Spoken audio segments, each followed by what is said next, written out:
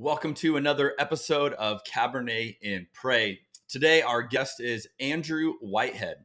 Andrew is a professor of sociology and the executive director of the Association of Religion Data Archives at the Center for the Study of Religion and American Culture at Indiana University, Indianapolis. That is quite a job title to try to explain. He is the author of a number of books. The one we're going to address on the episode today is called American Idolatry: How Christian Nationalism Betrays the Gospel and Threatens the Church. He's also the lead author of a book called Taking America Back for God, and just an incredibly thoughtful individual, but he's also a lot of fun. And I think you're going to enjoy this episode as we get into some big ideas, but in a very relatable way. And this is a topic that is extremely timely, as we'll get into in this episode with everything going on in our country right now. Enjoy episode 34, American Idolatry. I've never shared this with anybody publicly. There's so many things happening in this conversation right now. 1,000 years from now, people are going to be looking at this podcast saying, so this was the breakthrough. If this was SportsCenter, that would be like such a hot take. Skip Bayless would have no idea. Stephen A. Smith would have no idea what to say if you drop that down. That is so good. The joke I always say is like, how'd you learn so much? You got to drink a lot. The power of food and beverage to lubricate an environment. Resistance to change is hurting the church. I'm not in the camp that God has a penis or a vagina or a body at all. I'm in the camp that God is a universal spirit. This is the strangest podcast that I've been on. I don't even know what to do. I'm kind of geeked up about this wine. So this is my second glass, and it delivers a little more of a punch than I expected. So if I get a little loopy, it's your fault, because you told me to drink it on the show. You've uncovered the mystery. You've exposed the formula. You've just duct taped together a number of things that aren't normally hanging out together, and I'm here for it. We're going to sit down at a table, we're going to have a glass of wine and some food, and we're going to talk about the beauty of Jesus. Thank you for the hospitality that this particular podcast provides folks like myself, and I know others, to be curious around their faith practices. I will never forget the first time I bought a bottle of wine by myself, which was yesterday. If you're familiar with drunk history, I thought it's like drunk theology. So By the way, drinking this Pinot Grigio at 3 o'clock in the afternoon is making me even more direct in my communication than I normally would be. Welcome to the podcast, Andrew. Hey, good to be with you. Well, before we dive into your book and to some great, much needed topics today, as we do all of this, we're going to talk about what we are drinking. And I've got a big boy wine I'm drinking today. This is called Ghost Pines. This is a 2000 Cabernet Sauvignon from California, and it's packing a punch. I'm drinking it by itself. This is a wine that needs a piece of meat, I think, to really shine. Very heavy. I'm getting black cherry, blackberry, black pepper, just any fruit or ingredient with black in front of it probably fits here. It's got big tannins. Like immediately I was just like, whoo, okay, we're doing this. So this is my welcome to fall in Arizona. The weather is finally nice. I'm drinking big boy red wines. It feels right.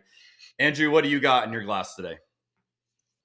Well, I am a much more of a lightweight than you. So this is what you can get at pretty much any supermarket in the United States. 2021, so just recent. Federalist Cabernet. And this is the one where they age it, apparently, for 6 months in bourbon barrels. Ooh. Yeah, so it's a pretty easy drink. And I wouldn't really know how to describe wine to the extent you did, but always enjoy a glass of red. So. Hey, that's what it boils down to. There's wines you like and wines you don't. And The rest is just fun details. So as we begin, before we get into some quotes that I want to ask you from your book, I have a question that I like to ask guests, and this gives us a framework of who you are, a little bit about your journey, and also, I think, a really helpful way to understand Christianity in that we're always changing and growing. So my opening question is, as you look at, let's just say the last 10 years, how has your faith changed over the last 10 years? Oh, that's such a great question. That's a big one to start with too. So first of all, now that I'm, into my 40s, early 40s, 10 years just seems to go so quickly. So now I need to think about where was I and what was I doing 10 years ago? And I think I was in the second job out of grad school. So I graduated from Baylor in 2012 with a PhD, and we lived in Alabama for a year and then moved to Kentucky for a year. And so I think we were in Kentucky at that point and just getting ready to move after a year there to Clemson, South Carolina, which I was there for 6 years. So there was some hopping around to different jobs. And so, I think a lot of the big changes in my faith journey happened in undergraduate studies and then in graduate school. So I grew up in a really kind of conservative Christian area in northern Indiana.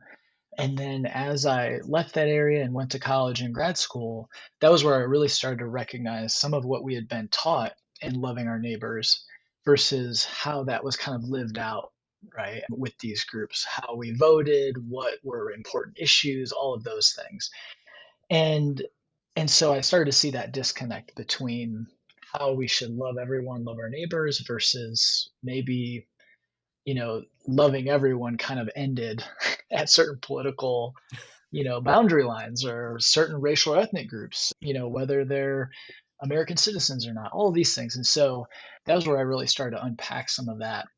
And then the other part that has really influenced my faith that has less to do with my work on Christian nationalism or American idolatry, and I've published a little bit of this in my research, but I have 3 kids and 2 have pretty severe intellectual disabilities. And so my faith really had to reckon with that as well. And I think those are linked because I think the Christianity of Christian nationalism is one that is about power, is about winning and victory and all of these things. And that type of faith really didn't give me the tools I needed to walk through deep valleys with children who are disabled. A God of victory and winning and all of those things. Just the idea of disability and pain and all of those things really don't go with that picture of God or that Christianity. So I think I had to unpack a lot of that, and a lot of that has happened in the last 10 years too. So that kind of sets a lot on the table for us, but that's really where I appreciate how you talked about it, and I kind of talk about it in this way in the book and with everyone I've interacted with since then about the book and my work, is that we're all on a journey. And even where I'm at now, a year and 2 months after the book came out, I'm not the same person I was then. I'm pretty similar, but it is a journey. It's continuing forward and finding new roads and people to journey with, and I think that is so key, and that's been key. So that's another big thing that I think has changed about my faith, is recognizing it's not really a destination at all, and we've never arrived. I have more questions now probably than ever. And so yeah, that's kind of the longer answer to your startup question. Great. I love how you connect even your kids and their challenges to these ideas, the Christian nationalism and the ideas of winning and victory. And I hadn't necessarily ever connected those together. We have 5 kids, and one of them has very, very challenging mental health things that we have had to journey with. And so probably similar to you, we've had a lot of these things where you realize even the church isn't equipped. We don't have the right answers. We don't know how to really support families going through this. And, we had fostered and adopted, and I would say everyone in Christianity loves that idea. Like, the idea of fostering is great. The idea of adoption is great. When you actually do it, and then you bring all of these challenges into your home, and then you need help. And you're like, hey, here's what we're dealing with, and then people are like, oh, we don't know how to relate with that, or that's not something that, we have any experience in. You go, oh, okay, this is challenging. So I actually love that as a setup. The practical realities somehow oftentimes reveal the theology, right? And people, sometimes like, why do you spend so much time talking about theology? It affects how we live out our faith and relationship and with real people. Oh yeah, totally, man. I mean, theology, right, is thinking about God and thinking about these kind of ultimate questions, the way I think about it, and how, the day to day, I'm sure for you all too, you're kind of meeting needs as they arise, and you really can't look any further than what's right in front of you. But then there are moments where all of a sudden you look up and you're trying to see, the vista, right, of what it is. Indiana, we don't have really great vistas. Maybe Arizona is beautiful, but you see the horizon and you wonder what's there, and the existential aspect of what you're doing kind of comes into play, and those two kind of in tension make it difficult. But you have to be thinking about, well, how does this picture of God relate to this moment right now that's happening? Because I do feel alone, or the tools I was given, they don't make any sense in this moment. And so, well, what do we do then, right? And what have humans been doing for millennia, right? Thinking about God together. And what else is the Bible other than this picture of people wrestling with that? Love it. Okay, so let's dive into some of these ideas. There's so much. I had to just pick a few that I thought would give us a good launching pad. So I'll read a quote and then we'll have you elaborate on it.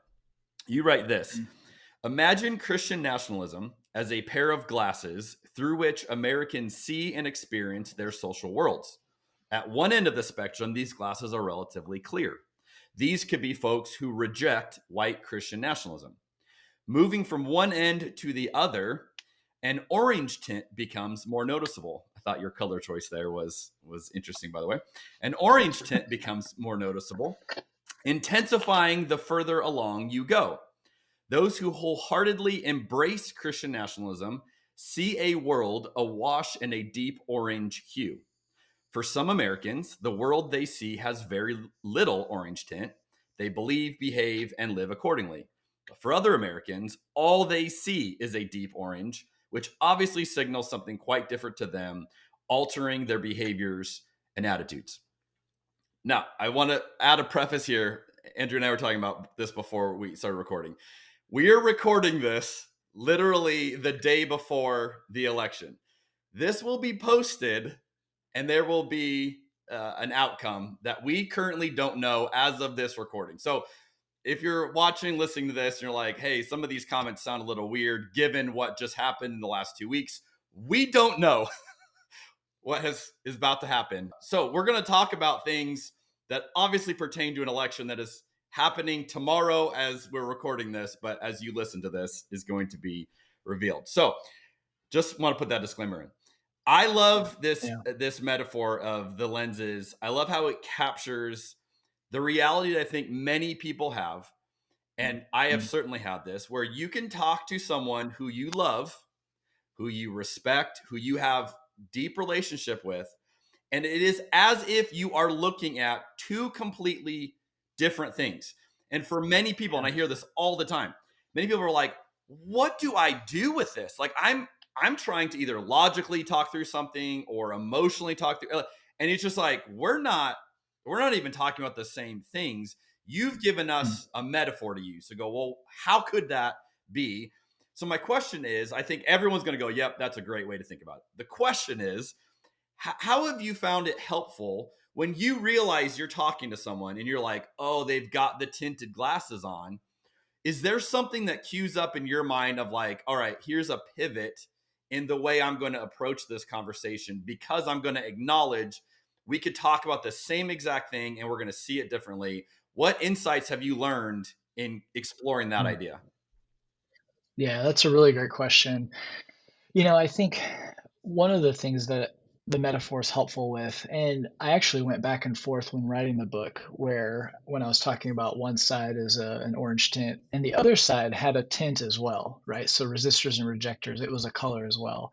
I went back and forth because when I say that it's clear, it's kind of this assumption that, well, resistors and rejectors, they don't have lenses through which they're seeing and experiencing their social worlds, which is not true, right? Like all of us have cultural frameworks that are in front of our eyes that are refracting the light right? I mean, all of us have been given cultural packages, whether we're more progressive or maybe more in the middle or more conservative in our faith, politics, whatever. And so the one thing I've not necessarily learned since then, but always want to stress too with this is that, and owning myself is recognizing that all expressions of Christianity are shaped by cultural forces like Christian nationalism.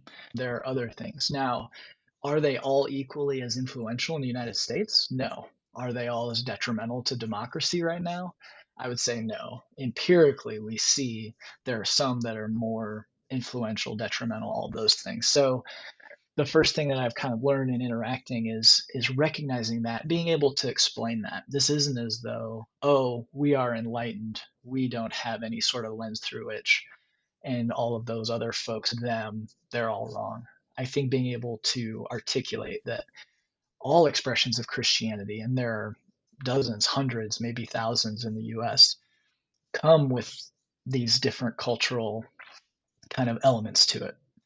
But right now, there's one that's really influential with people in powerful positions, with millions of Americans, and we have the data that show empirically that it's more harmful to what a lot of Christians see as loving our neighbor.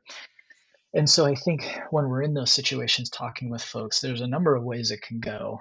One is that sometimes there are opportunities for good faith discussions. So I've had folks that are like, hey, I tend to be a lot more conservative, but I recognize that you too are a Christian like me. And so let's wrestle with this together. And then I think bringing empirical evidence or what I've found in my research or share in the book, can make for a good discussion, right? And give them things to think about. And we may also ask them questions. And I think that's key, asking questions to hear from them, because that can shape how we see the world. And they, may bring up really good points we have to wrestle with.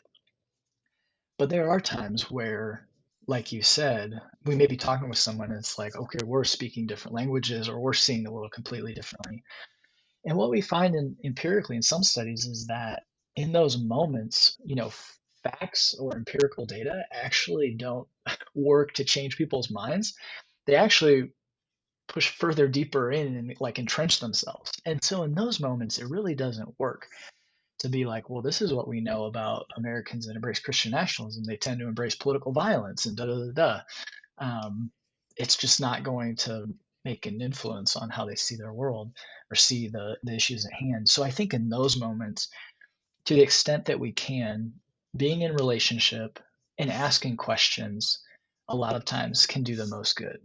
Learning and hearing and those folks feeling heard, right? The people that we're with, I think is important. And then too, asking questions, because I found in my own journey and story that it was the questions that did the most to really kind of make me have to wrestle with the implications of what I'd been handed, right? So, if this is a Christian nation, why did we enslave Black people for hundreds of years, ripping families apart? Why did we slaughter indigenous populations that were here before us if we were truly Christian? Those types of things I had to really wrestle with, and that has caused more of like, well, maybe this isn't a Christian nation. Maybe we have to think deeply about the Christianity that tries to get enshrined in power, all of that. And so those might be more useful in the situations where people aren't really interested in hearing the reasons why you believe something, but maybe you can offer them a question that they can take with them that may come back, in a week or two. But I think too, there are moments where it really isn't worth spending a lot of time in discussion. And so you have to kind of know where that line is too, that it's not safe for you. It may not be safe for them emotionally, mentally, whatever. And then, you find other things to talk about, or maybe it just, the relationship goes in a different way for a while. I don't know. And so I don't want it to seem like folks have to stay in this discussion, but those are kind of the three things that I've learned or that may be helpful, right, as we go along. You remind me, I was getting work done on my Jeep the other day. And so I was waiting at the dealership and I'm like at a table and then there's like this sitting area. And there was a number of people that didn't, probably 3 or 4 different groups of people that didn't know each other, but one of them had a very provocative Trump shirt on, and I think it was like Trump with the middle finger or something. And someone else commented like, "Oh, I love your shirt," and that started this conversation where I'm just kind of listening in on it, and they just start, just dunking on everything remotely opposed to Trump. Then another person jumps in, and I'm listening to this 4-way conversation that's like this snowball taking off. And it was just so interesting listening to the conversation. Again, I'm like just next to it at his little table, and I'm just listening. And it is as much of like progressives are the dumbest humans in the world, and can you believe the things that they're saying and all this. And they caricaturized anyone who would not see it the way they saw it. And Andrew, I don't know what it was about me that day. I had a split-second moment where I thought about literally just like introducing myself and just saying, "Hey, I'm the guy that you're talking about. Like, just wanted you to know, like, we do exist, like people who don't see it the way that you see it." Then my immediate thought was, do I want to spend the next, I don't know, hour or two that I got to wait for my Jeep to be done with whatever would follow from that, And I was like, no, I think for my mental sanity, I'm just going to let this one, go. But there are moments you just go like, yeah, that's like, for me, I was like, that's probably not going to be helpful. Whereas if it's someone I'm in a relationship with, I think asking the deeper questions, that is a very different way to look at it. Yeah, totally. And I think, one thing that happens as well is I know there are times where when I'm around 2 or 3 people that think, or I know think like me, or there's some sort of signal, it is easy to get in that kind of echo chamber, right? Where it's like, oh, can you believe them? And there are moments where I'm just like, how can folks see the world so differently? It doesn't make sense, which echoes, right, what you had heard. And so then it's just so difficult to know, or it is part of the challenge of really not obviously dehumanizing or to say that they're just all written off, but like how do we do this? And we're in a difficult moment. I don't know if I have answers either of how we walk some of this back, because a shirt with a political candidate in the middle finger, that's wild. Like I'm in my early 40s. I'm not that old, but like I remember as a teenager, even in my 20s, like political candidates just didn't talk like that. Like that was not a part of our political, rhetoric. You just wouldn't think to do that either side. Well, and the irony is they all were probably 60s and above. So this is not like these bunch of wild teenagers over there. We talking. Yeah. So yeah, it's a difficult moment, and I think I would have made the same choice. There's times where I'm just like, I'm putting in my headphones and head down. Okay, so just because of my curiosity, did the color orange, was that the obvious color for you to use there? Did you debate which color to use?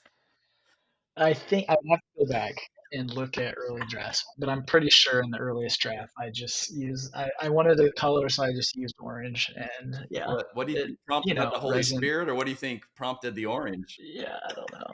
Maybe just a little bit of a troll. So great. I literally read that. I was like, all right, well done. Everybody knew, well right? done, I'm not fooling anybody.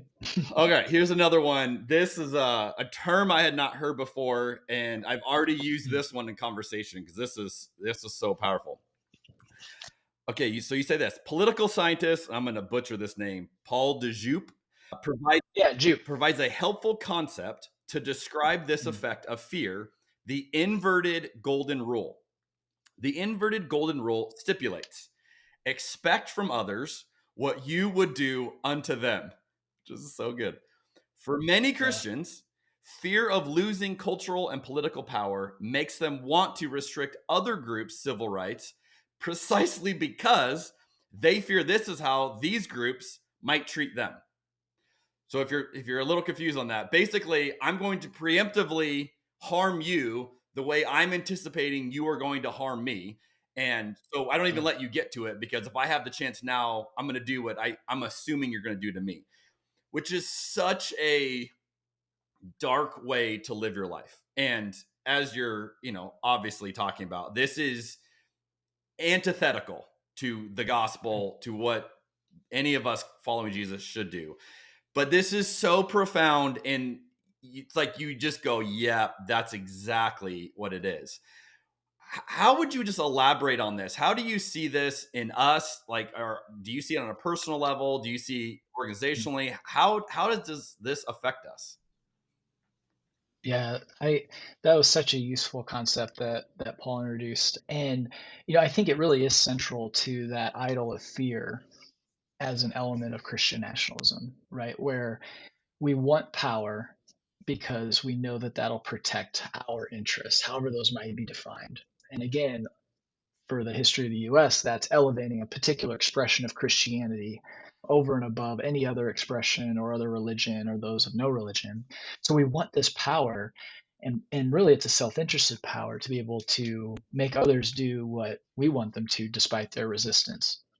But the second you have that type of power, you're going to be afraid it's going to go away, right? Because that's the history of the world, right? Those get power, but they're not always in power.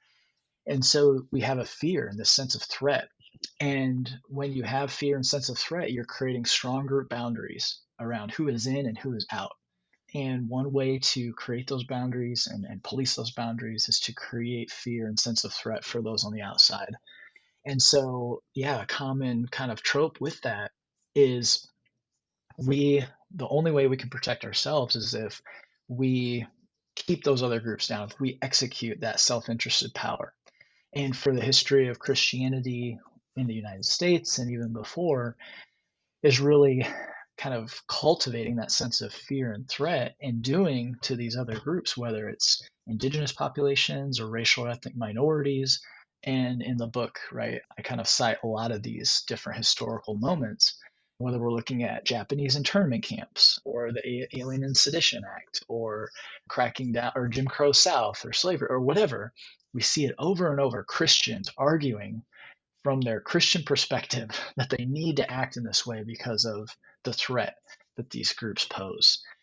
And so, yeah, as I kind of write about, and as you were talking about too, antithetical to the gospel, where we're supposed to not move out against others, but before others, and even to the point that it might cost us. And this idea of the inverted golden rule, not doing unto others as you would have them do unto you, but doing to them what you fear they might do to you.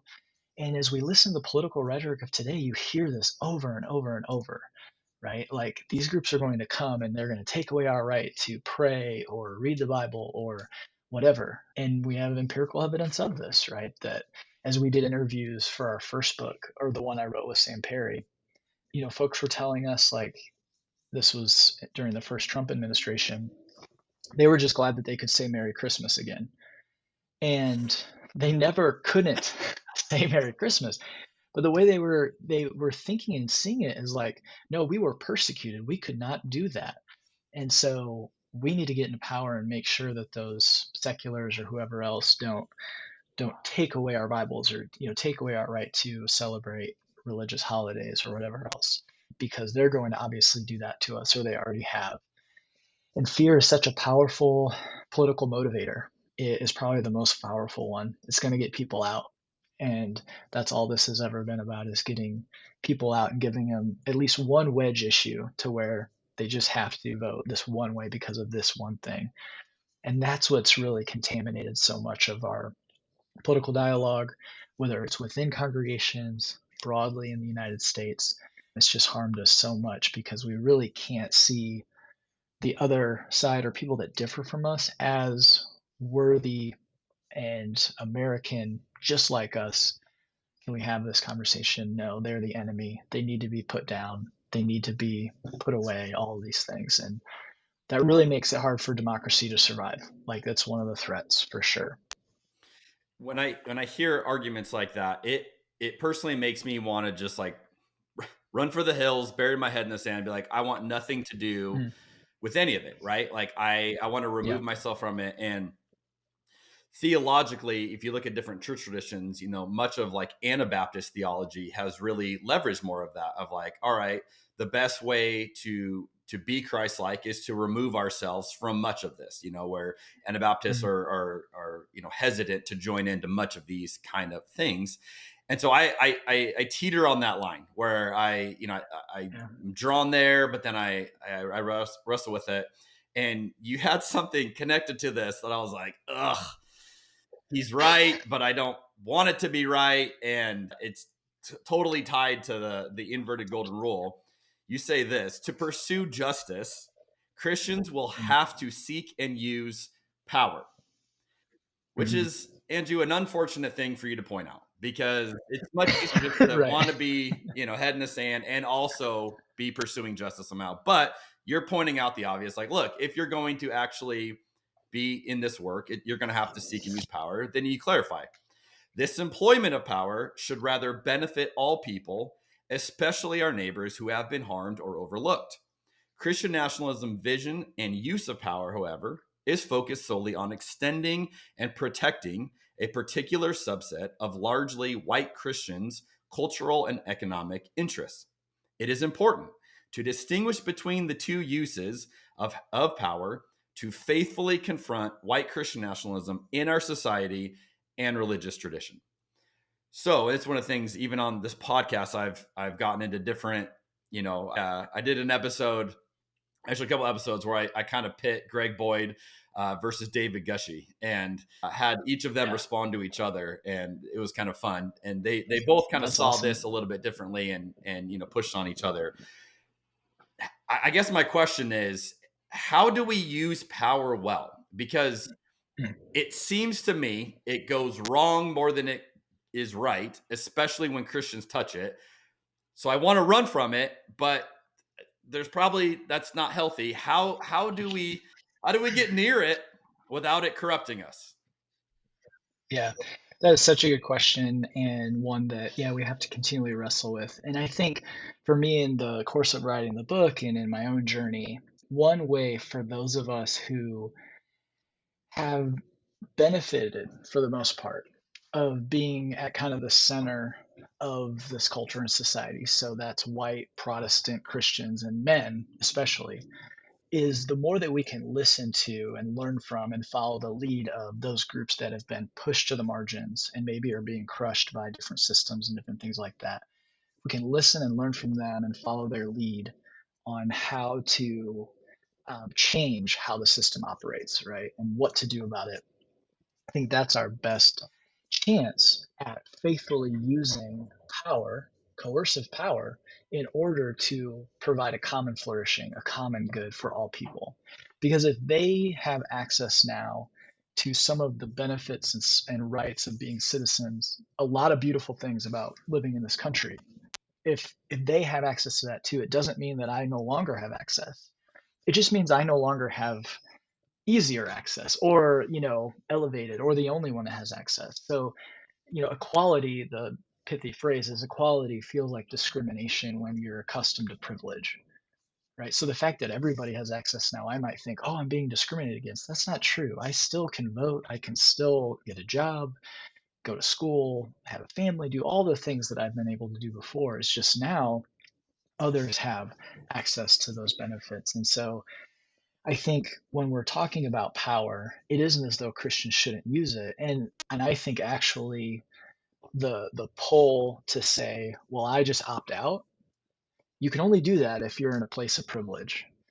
Those folks whose bodies and existences are politicized, like think of in Springfield, Ohio, Haitian refugees, they don't have a choice, right? Their literal embodied reality is politicized when they're said to be, doing the things that they never did.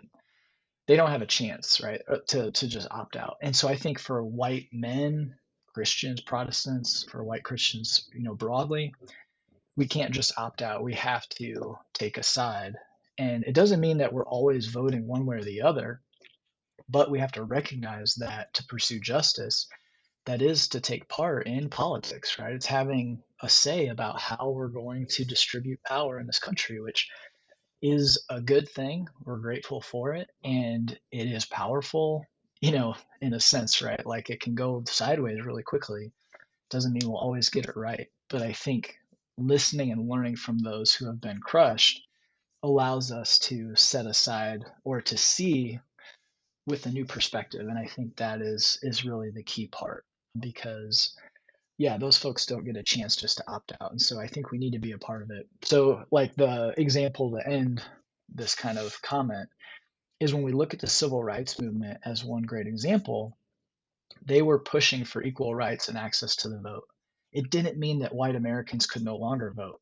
We all got to vote, but now everybody gets to vote, right? So that's the use of coercive power, because there were white Americans that did not want to allow minorities to vote.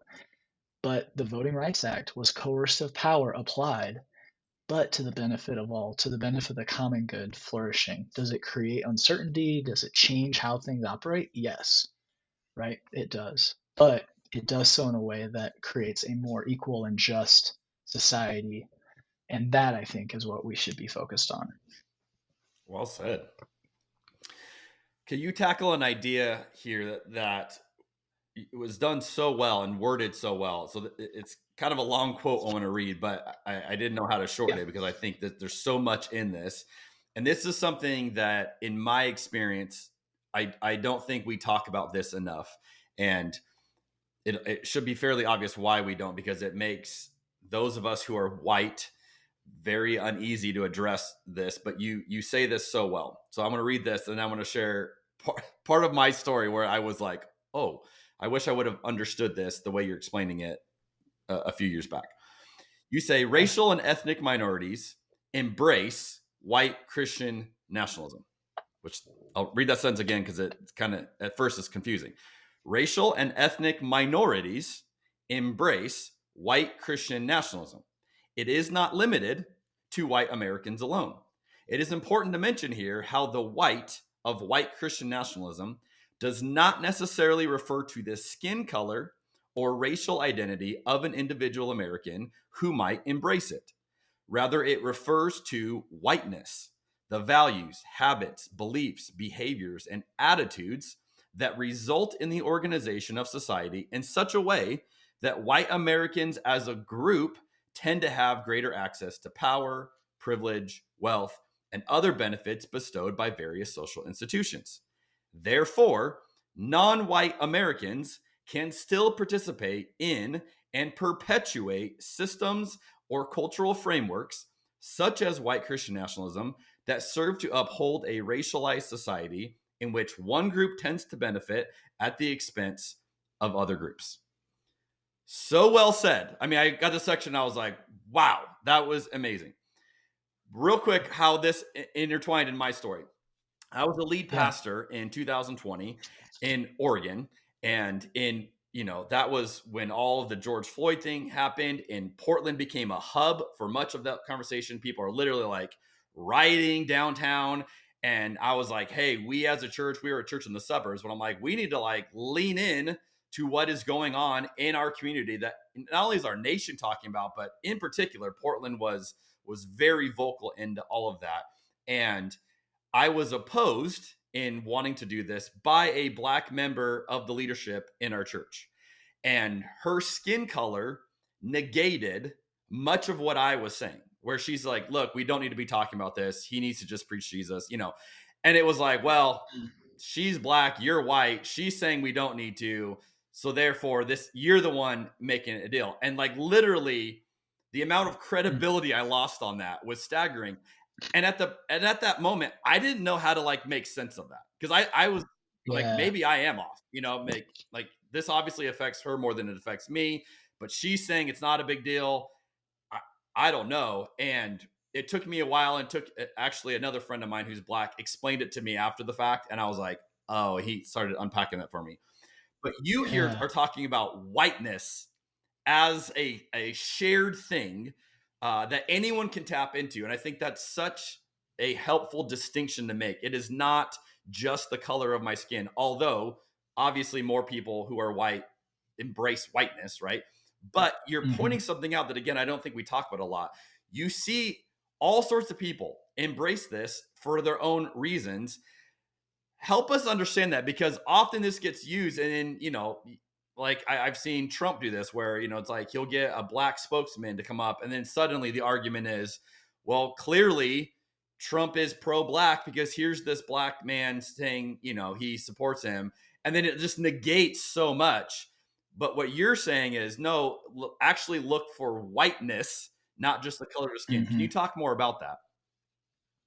Yeah, I think that is key. So a lot of times when we're talking about Christian nationalism, we do append it with white Christian nationalism. And the reason is, as I wrote about or you were talking about, it isn't just the color of our skin, who's embracing Christian nationalism, but the white of white Christian nationalism is really looking at the systems in place. And do those systems in place in our society, our culture, do they benefit one group more than the other? And from before the advent of the US and especially after, the systems that have been in place have primarily benefited white Americans. We see that in laws that were passed, our Constitution itself. We also see that in the empirical data, right? So if we look at maternal death rates or infant death rates, or we look at the criminal justice system or the death penalty, or we look at higher education, we look at home ownership, all of these figures point to the fact that as a group, white Americans tend to do better across all of those than racial minorities, whether it's Black, indigenous populations, Hispanic, Asian, whatever. And so when we look at this, what that's telling us is that there are systems in place that it isn't that every single white American does better, but when we put all those folks together on the whole, they do better. And why is that? And white Christian nationalism provides an ideological framework to essentially say, well, how society works is ordained by God. And they use, in many ways, a very individualized explanation. Well, it must be that the reason I am blessed is because I work hard or I follow Jesus. And so a lot of times privilege gets equated to being blessed by God, right? And so it's this way of turning the fact that it's easier. I'll explain it this way. So as a white man, doors have always kind of been open for me in this society that I didn't even know were there, right? I was walking through doorways that I didn't recognize. But other folks, when I listen to their stories, those doors were closed. They knew where the doorways were. So the systems that were in place tended to open those doors for me. It doesn't mean I didn't work hard. It doesn't mean I didn't have to try. But those extra hurdles weren't in place, right? Those doors weren't closed that I had to try and open myself.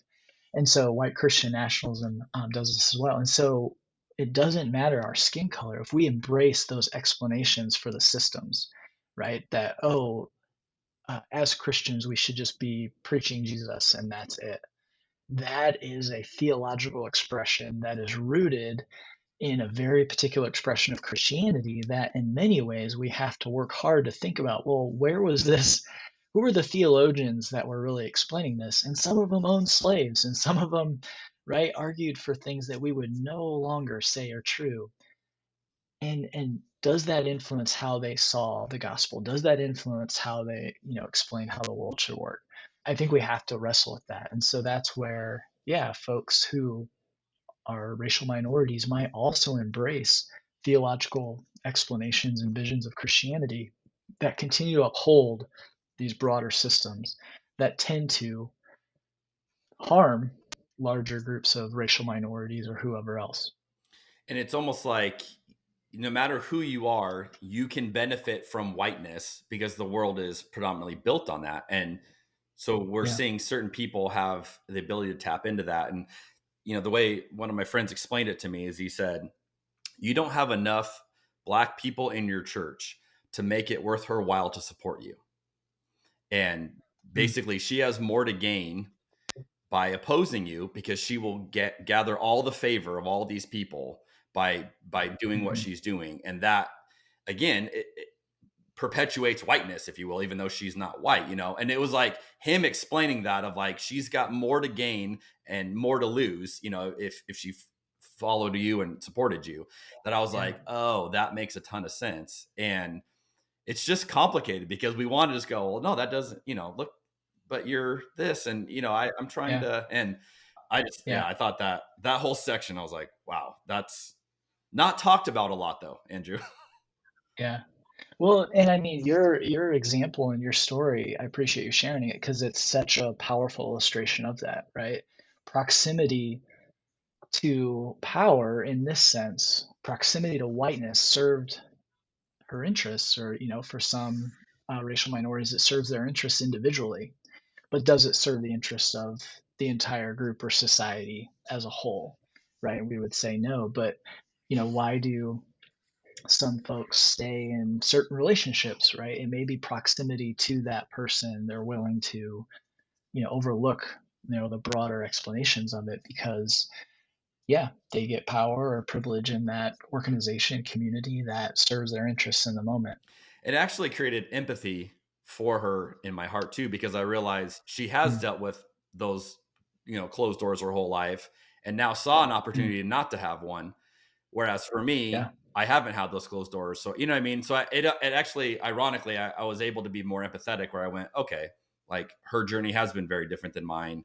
And this is a moment where she is choosing not to embrace an obstacle in front of her, Yeah, totally. Well, and that's beautiful too, right? Empathy towards the journeys and stories of others. So as a racial minority and a woman, right, she has had much different path than we have had probably. Okay, one more quote, and then I'll ask you some questions that'll be easier. So you say this, and I just thought this is such a great idea. God does not call us to efficiency; He calls us to be faithful. Before going to the cross to give up his life in order to complete his rescue mission, Jesus was deeply afraid. Dying must not have seemed like the most effective or efficient means to achieve the end goal. His disciples certainly felt this way. Most of them embraced fear at what Jesus' sacrifice meant for them. Jesus, however, committed to trusting the upside-down nature of God's kingdom, and he transformed the world.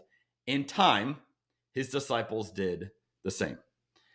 I love this because I feel like, I'll just say, the American evangelical church is very much in love with efficiency, and it has been at the cost of faithfulness, I would argue. What are some ways you see this play out in real time? Where are we choosing efficiency over faithfulness? Oh man, that is a big question. Diagnose white evangelical Christianity. Oh, so much I think that has harmed the white evangelical expression of Christianity tradition in the U.S. in terms of efficiency is wrapped up in economics, right? And so it isn't always that way, but the push for power and privilege and buildings and people and all of those things, I think, cause us in many ways to overlook the harder path of sacrifice, whether it is economics or space or people or whatever else, that it isn't always about growing, showing growth. Yeah, and so I think if we look back centuries, economics are tied up into the choices that were made by Christians to argue explicitly for slavery or to argue explicitly for Jim Crow laws, right, to keep segregation in place, or to argue explicitly against, whether it's, government programs to help lift people out of poverty, or even more recently when we're looking at the American with Disabilities Act, right? Christians arguing that churches and religious organizations should be exempt from federal guidelines and laws and rules to where, they wouldn't have to put ramps in their church for disabled folks to be able to access those buildings. So we're looking at that. I think efficiency in terms of economics, we see that can cloud judgment so quickly, and in such seemingly, I guess to me, but I'm coming from a very particular perspective, obvious ways, right? And again, not all churches and organizations, but enough, right? That in many ways, that's what we're known for. We would rather not try to take steps towards, other kind of more empirically supported avenues for reducing unwanted pregnancies, right? We would rather just try to get, abortion outlawed outright. But then we also see now that actually doesn't lower abortion rates. In some states, it increases. So we would rather not have to do the harder work of maybe taking some of these other avenues to reduce that. So there are, I think, a lot of examples, whether it's pro-life stuff or economics and flourishing, for minority communities or those communities like disabled folks, that can really cloud our witness and make people look at the white evangelical church and think, what are they doing, right? They claim this, but then we see how these other groups are treated. What's going on there? And I think in many ways it's, the desire to keep the status quo because that's been easiest and that's what's benefited us the most for so many years. Well said. All right, we're gonna give you a pivot question, and then we'll go into what I call the speed round, which you don't have to. All right. You don't have to go fast, but they're usually just things off the top of your head. So before we get there, I want to ask if I were to say to you, with whatever description level with wine that you have, okay, if you think back, like what was the best glass of wine you've ever had in your life, or the best bottle you've ever enjoyed? Can you think about one wine in particular? Can you think about a setting? Can you think about who you're with? I love hearing the stories. I totally can. You've got something ready. Let's hear it. What was it? I do. All right. And so this will make you laugh because it'll totally show that like I have no clue what I'm doing, but it's like in a very, hopefully a heartwarming way. So I think it was 2017. There was a conference, international religion conference in Italy that I was able to go to. And then my wife was able to go with me. So like we had to pay for her trip, but mine, since it was for work, my ticket and hotels were covered. So we had all of our kids at this point, too, with special needs. So this was like a chance for us to get away it was like 6 days. Never been to Europe before together. Never been to Italy before. So we went. And so we're in Florence, and we had this restaurant that somebody, a family friend, had told us about. It's called the Cat and the Fox. And so we went there one night, and we had never done this before, but since we're there, we're like, we're gonna just get a bottle of wine, Chianti, with the meal, right? So we order like 2 different dishes of pasta. It was just amazing, and we enjoy this bottle of Chianti. And we went there one night. It was just magical, right? Just Florence in June. We're no kids. We're together. It's amazing.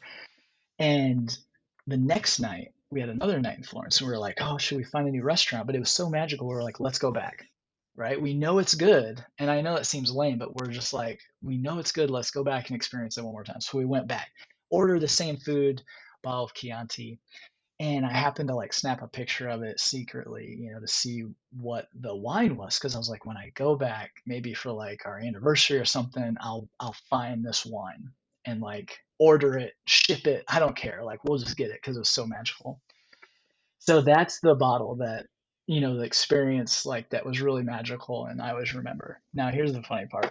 I get over here and I'm like, all right, so I'm going to find this wine. Who knows where like I type it in, this like wine locator. It's available at like every single store in the United States. It is available everywhere. Like there is nothing like special or unique or like just distinctively Italian about this wine. I like could drive down the street, find it, bring it home. And we did. Like I still buy it today. I still enjoy it. But that's how little I knew. It was so magical, and that's my funny story with it. But yeah, to this day, I'll see it in the store. It's the Da Vinci Chianti. Like you can find it everywhere, but they had it there too. And so if you see that, just think of me and my wife. I love that story so much. Yeah. I love that you started in Italy. So you're just, everyone's thinking this is going to be some stunning bottle. Yeah.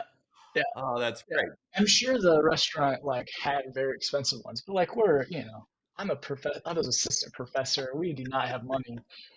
So we're like, well, this, entry level bottle of wine for the night. But yeah, it's available. I love it. But you still remember that night and you went back for round 2. That's amazing. Yep. Yeah. Okay. A few questions that I like to ask everybody as we wrap this up. What is something you used to believe that it turned out later you were wrong about? Oh, gosh. Okay, so this is a bigger, kind of deeper one, but I used to believe that if you really did your best to like act morally, follow God's design as kind of your community of faith would lay out, all those things, that life will generally work out for you. And I no longer believe that's true. Yeah. I think there are other things. Yes. Nice. Yeah. What do you see as the main issue facing Christianity in America today? Oh man. I mean, yeah, I guess it would come back to my work in a lot of ways, but I think the main issue facing Christianity in America today is how to love our neighbors without having to try and redefine what neighbor means. How can we create a more expansive definition of neighbor and not constantly, like the teacher, the lawyer in the parable, trying to say, well, who is my neighbor? I think that is the absolute real issue with American Christianity, is constantly wanting to say, well, who is my neighbor? Jesus told a whole story about it, and we still are missing it. Totally, man. We're like, well, those are not my neighbors. Yeah. Read the story again, maybe. What is something blowing your mind right now? Oh man, that's a great question. Okay, I have two. One sounds like kind of like cooler and sciencier, and then the other is just much more fun and kind of weird. So what's blowing my mind right now is, and I always kind of like circle back to this, but like the stuff that we find out in quantum physics, where like two things at the quantum realm that are not physically near each other at all can mirror each other. Like some of that stuff is just so wild. And so it's like, I don't quite understand it, but you read about it and it's just like, well, how is this? Yeah. So there's a way for me to think like, it's not like proof of God or a different existence, but it's so weird that it's like, okay, that something's going on there. Right. So that part is kind of cool. So that blows my mind. The other thing that right now is kind of a weird thing, but I, at some point got served a video on social media and I watched it. So now the algorithm is kicking it up for me. It's of dudes arm wrestling, right? Which is so weird. I'm not like a strong guy or anything, but that's kind of blowing my mind now. Is like, I always want to see those videos of like a smaller dude where he knows what he's doing and can like work the physics enough. I mean, there are some points where it's just too big a difference, but yeah, so those times are clearly that one video at some point a couple weeks ago blew my mind enough that now I like know the names of a number of these world champion wrestlers and I've seen it. So for the record, your answer to that question is quantum physics in arm wrestling. Arm wrestling. Yeah, dude. Yeah, totally. That's a great answer, Andrew. Okay. Thanks. What's a problem you're trying to solve? Yeah, I mean, I guess it's not a lame answer, but like the work that I'm working on with Christian nationalism, a problem of, I think, how can Americans live in a pluralistic democratic society well, right? Whether it's our humanist, non-religious neighbors or those of non-Christian faiths or different expressions of Christianity, how can we live together towards a common good and a common flourishing? I think that's one problem. Wrapped up in that with my own story and my two boys with disabilities, how is religion wrapped up with ableism and disability views? Because families like ours, parents like myself or my wife, I don't want to speak for her, but it's hard and difficult, right? And so how can we serve those people better? And so I think those are the problems that I'm kind of focused on in my work right now and trying to do what I can, in those moments. All right, Andrew, is there anything else you want to add as we wrap this up that I may not have asked you about, but we could not close the books on this until you address it? Oh man. One thing that I often get asked at like talks that I give is like, what's giving you hope or how do you keep hope? Because studying this, I find that my role as a social scientist a lot of times is to help kind of diagnose, name, and then give the extent of the problem. And I'm not a pastor. I've never served like you. I don't have a theology or MDiv degree or MDiv or anything like that. And so a lot of times I think a lot of the value I can add is really telling people kind of what the problem is and the extent of it, which can be kind of a dark place to just stay. But I kind of end the book this way, and it's something that I've been coming back to even as, tomorrow the election takes place. We aren't going to know by tomorrow night what's true. And even after that, we know there's going to be shenanigans for 2 months until it's certified, right? It's just going to take place. And so it can be really discouraging, but what kind of gives me hope, or that I try to stay in this with, is that throughout human history, the story of God's people are living and trying to love our neighbors in the shadow of empire, right? And sometimes we've been more closely aligned with empire and making it easier on some of us, but harder on others. Or other times we've all been, under the heel of empire. But no matter what, and it can seem like this is dark in one way, but I think it actually gives me hope in the other, is that that's just the common human experience. There's always people trying to perpetuate evil and harm others. And so as Christians, there isn't anything unique about this moment. There have always been these moments. And so it kind of takes we didn't break anything, I guess, right? It's letting ourselves off the hook. This is the way the world has operated for like these eons. We journey together and we try to stay faithful in the moments, the little things, but also when we have an opportunity to affect larger systems, we try to do that. With the gifts we've been given, that's what we do. And that's what's required of us. And I think for me, that gives me hope. So yeah, a lot of times I get asked, like, what gives you hope? In some ways, it's like what we're facing now is no different than any time before. And we're going to do what we can, where we can, however we can. And that is enough. And that's what's required. So, yeah. It's a good note. Good note to wrap it up on. All right. If someone's listening to you and they're like, hey, I like this guy, how can they find you, get connected with your work? Well, I'm going to start entering myself into a lot of arm wrestling tournaments. And so they can find me at their local tournament. No. Follow on social media to see you taking on the big guys. Yeah, totally. Yeah, the skinny guy. So I'm on Twitter /X. I don't know for how much longer, just because of what's become, but I am on Instagram. I find that I'll probably stay there. And then I have a Substack, Andrew Whitehead, just my name, .substack.com. And so the newsletter is American Idolatry. So I write there once or twice a month. And so it's not hopefully too much for folks, but they could kind of keep track of my work there. And then, yeah, those are kind of the main spots if they want to, keep track or to follow along.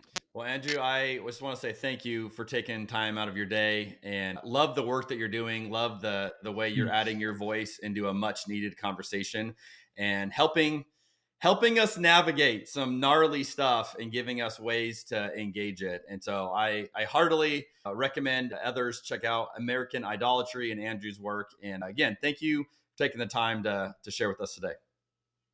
Hey, yeah, thank you so much, man. I really appreciate this venue, what you're doing.